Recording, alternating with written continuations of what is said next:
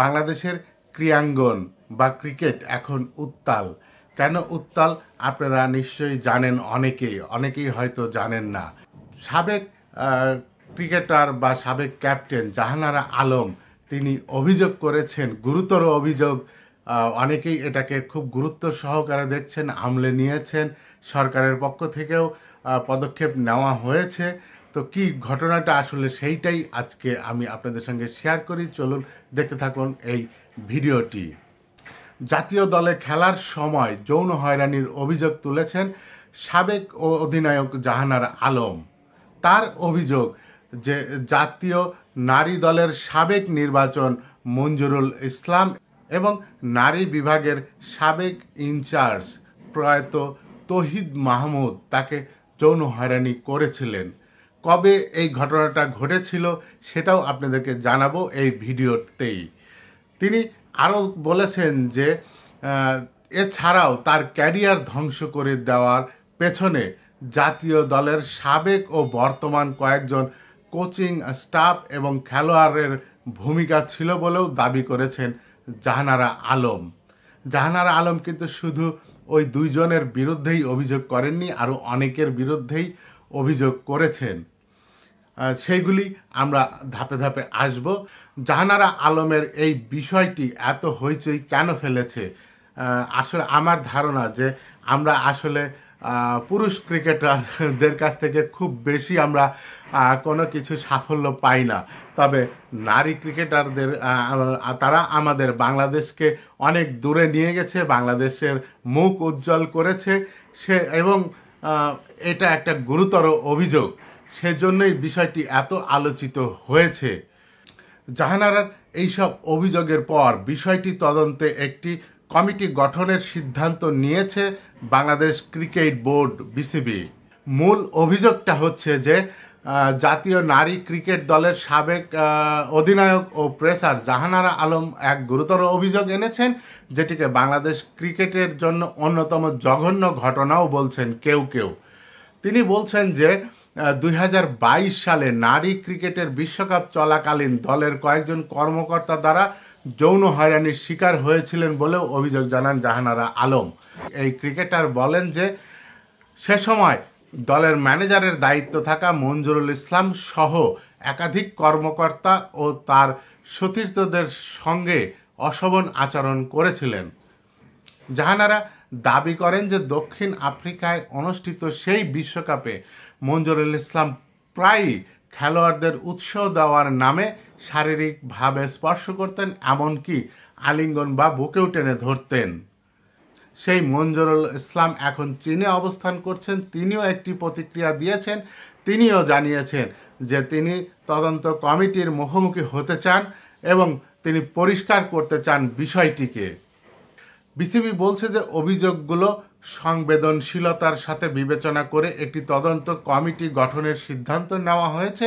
Committee আগামী 15 কার্যদিবসের মধ্যে প্রতিবেদন ও সুপারিশ জমা দেবে। বিসিবি আরও জানায় যে সব খেলোয়াড় ও কর্মীদের জন্য একটি নিরাপদ, সম্মানজনক ও পেশাদার পরিবেশ নিশ্চিত করতেই আমরা প্রতিশ্রুতিবদ্ধ। বোর্ড বিষয়টিকে সর্বোচ্চ গুরুত্বের সঙ্গে বিবেচনা করছে এবং তদন্তে প্রাপ্ত তথ্য অনুযায়ী প্রয়োজনীয় ব্যবস্থা নেবে ক্রিকেট বোর্ড।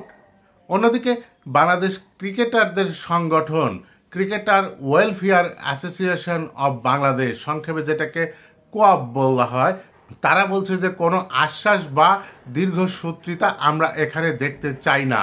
যত দ্রুত সম্ভব তদন্ত শেষ করে কেউ দায়ী থাকলে দৃষ্টান্তমূলক ব্যবস্থা গ্রহণের দাবিও জানিয়েছে কোয়াব।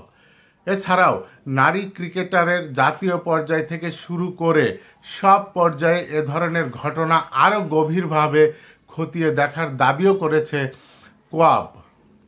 সাবেক ক্রিকেটার, সাবেক অধিনায়ক এবং খুবই পরিচিত মুখ তামিম ইকবাল, তিনি এক ফেসবুক পোস্টে জানান যে জাহানারা আলম যে অভিযোগগুলো তুলেছে সবকটি গুরুতর এবং সেই সব সত্যি হলে তার কোনোভাবেই মেনে নেওয়ার মতো নয়।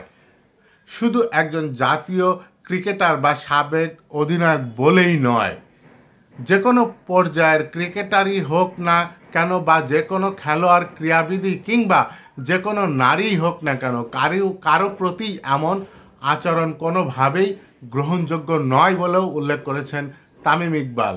তিনি আরও লিখেছেন যে বিসিবি একটি তদন্ত কমিটি গঠন করেছে বটে, তবে আমি মনে করি যে এইসব অভিযোগ খতিয়ে দেখতে জাতীয় ক্রীড়া পরিষদ কিংবা সরকারি পর্যায়ে একটি স্বাধীন তদন্ত কমিটি গঠন করা উচিত, যেখানে বিসিবি সংশ্লিষ্ট কেউ থাকবে না, যাতে বিন্দু মাত্র পক্ষপাতের সুযোগ না থাকে।